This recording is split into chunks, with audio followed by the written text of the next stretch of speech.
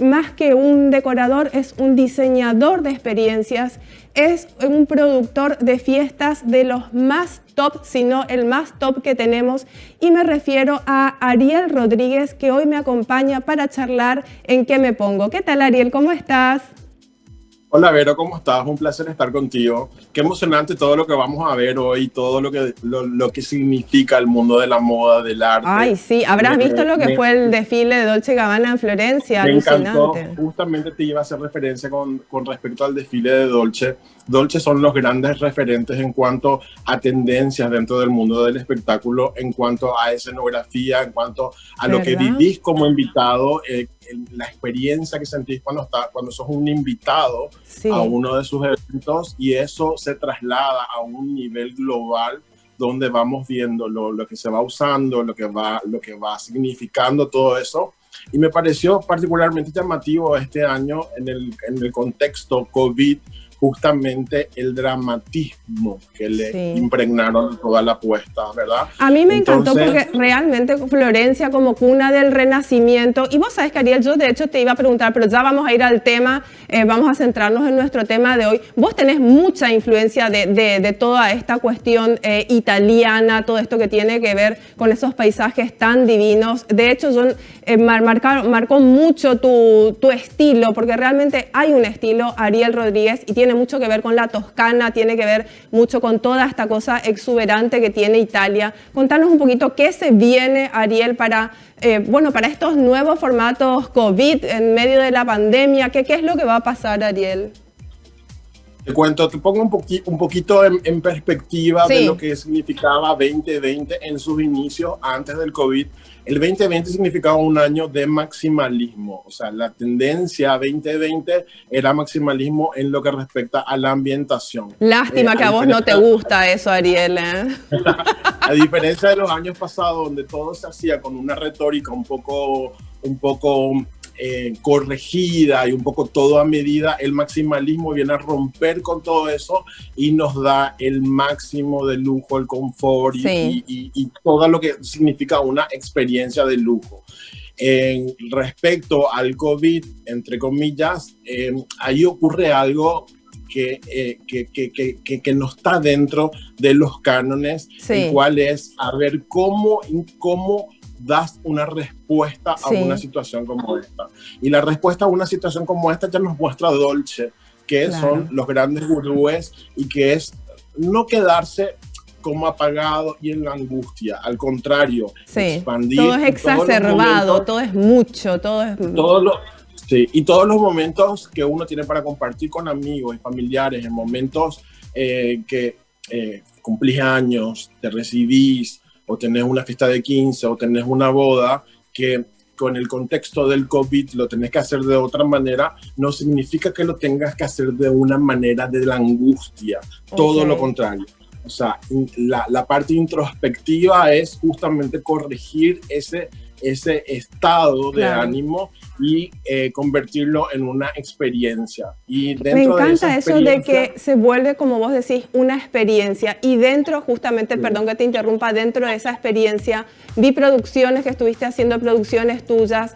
¿Cómo estás trabajando con la gente, con tus clientas de siempre o con nuevos clientes dentro de esta nueva forma de desarrollar que, como vos bien decís, no tiene por qué ser ni triste ni angustiante? ¿Qué es lo que vos estás proponiendo, Ariel?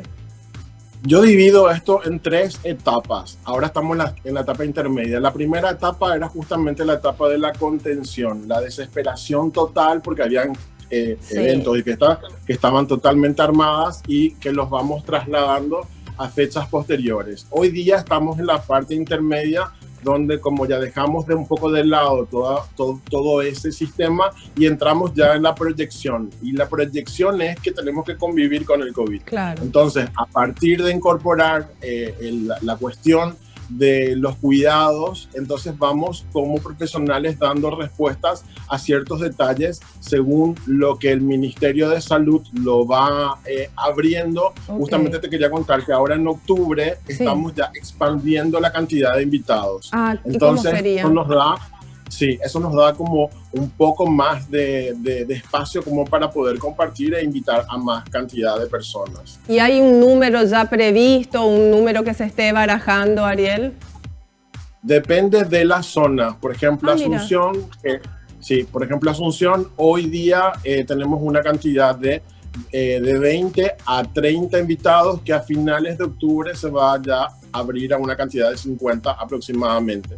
Y después progresivamente se va a ir subiendo porque convengamos una cosa, hay que convivir con el COVID. Entonces, esto da todavía para un trecho y no significa que uno se tenga que quedar estancado. Entonces, a partir de eso, desarrollamos ciertas estrategias y ciertas maneras de enfocar los eventos.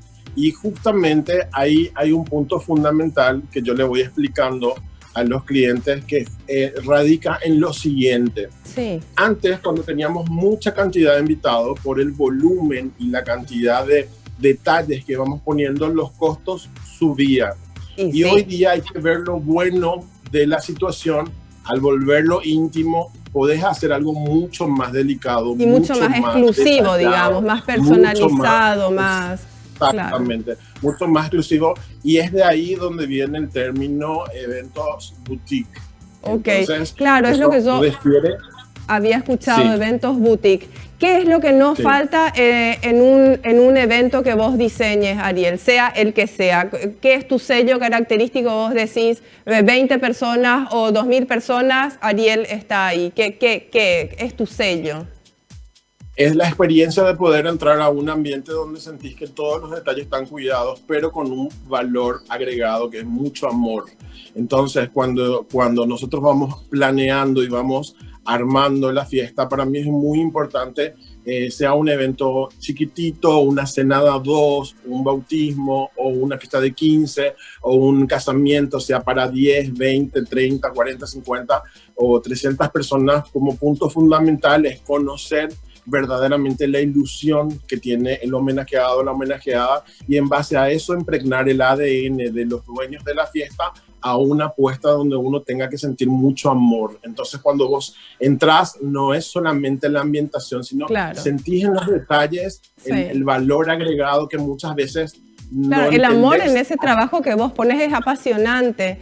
Ariel, te hago una consulta. Leí que justamente vos no eras así como muy amante de los eventos al aire libre, y en este formato justamente lo que se busca es ambientes que estén o como muy aireados o que justamente sea al aire libre. ¿Tenés propuestas para esta cosa del que fluya el aire, digamos, sin perder esa intimidad que justamente se pide con pocos invitados? Sí, justamente el tema con los eventos al aire libre, en principio, yo me oponía mucho en el sentido de que cuando vos vas planeando una fiesta de 300, 400 o 500 personas, la inversión es muy alta y lo puede arruinar el factor tiempo. Entonces, como vivimos en Sudamérica y el calor es algo fundamental, muchas veces capaz no tengas una lluvia o capaz no tengas esa situación tipo catastrófica de una tormenta, pero de repente tenés mucho calor, mosquitos o determinados elementos que en un salón refrigerado con aire acondicionado no sentís por supuesto. El detalle. Sí. Ahora, como estamos con este formato COVID donde la cantidad se reduce, sí es mucho más manejable. Por darte una idea, yo te puedo proyectar una hermosa fiesta en el jardín, y en el caso de que haya un efecto con el tiempo, tenemos la posibilidad de poner coberturas, galerías, usar la sala, y para la cantidad de 20, 30, 40, 50, hasta 100 personas, lo podés manejar. Sí. Antes no, en base al volumen de la cantidad de gente. También hay una cuestión, Ariel, que vos manejás, digamos que tenés mucha cosa importada, desde, no sé, vajillas, en fin, elementos de decoración. ¿Cómo está ese tema ahora? ¿Se consigue igual? ¿Hay restricciones? ¿Ya tenés proveedores con los que no interferirían, digamos, en tu trabajo? Generalmente todo lo que involucra a la parte del contexto, de armar con elementos sofisticados, eso va muy de la mano con la moda. Okay. Entiéndase que cuando tenemos ciertas variantes, varía el color, las texturas. Muchas veces uno se imagina, pero ¿cómo interfiere la moda? La moda interfiere de una manera brutal, a partir de lo cual vos ves un Fashion Week y a la semana siguiente toda la industria está produciendo en base a lo que viste en un Fashion Week o en base a lo que viste en un desfile de Dolce. Particularmente para mí es un placer poder tener conmigo una variedad de stock interesante, dentro de lo cual yo puedo dar respuesta a una situación como esta, donde las fronteras básicamente están cerradas. Claro. Entonces, ese tipo de inconveniente no tenemos. Ahora, cuando las fronteras se abren, sí trabajamos con empresas que nos proveen directamente lo último que se está lanzando en cuanto a colores y demás. Por ejemplo, participé este año en las 3 ferias más grandes para profesionales en Brasil, sí, donde la tendencia brutal, el verde. No me verde, digas. furor, cristales, vidrios, veleros, platos, el verde Gucci. Sí. Es una cuestión así muy fuerte y tajante lo que significa el verde en la temporada. Después, otro color para poder hacer. Eso no es muy como... Tano también, justamente lo que estábamos hablando de los Dolce & Gabbana, no tiene mucho que ver con esa cosa exuberante de Italia. Sí. En verdad, el tema esto de la corriente que genera Dolce es tan fuerte, porque ellos lo que hacen es una introspectiva a su cultura, a su arte, y eso los ponen a un nivel de lujo y de excelencia, que es lo más importante, que eso lo hace globalizado. Okay. Entonces, nosotros los que vemos ese tipo de experiencia, lo tomamos como para poder hacer unas ambientaciones acordes. Y no solamente nosotros, cuando vos ves una boda en el Metropolitan de Nueva York, vos ves todo ese tipo de candelabros, cristales, sí, y demás elementos propios de la cultura italiana. No se queda tampoco detrás la cultura francesa, donde que es como más clásica otra vez, ¿verdad? Es un lujo más clásico. Es etéreo y de acorde a la cantidad de elementos que le vas poniendo, lo puede hacer como mucho más importante, mucho más sencillo. Pero esos elementos son atemporales prácticamente. Claro, sí, justamente porque tiene que ver con todo este clasismo y tan chic que siempre resulta ser Francia.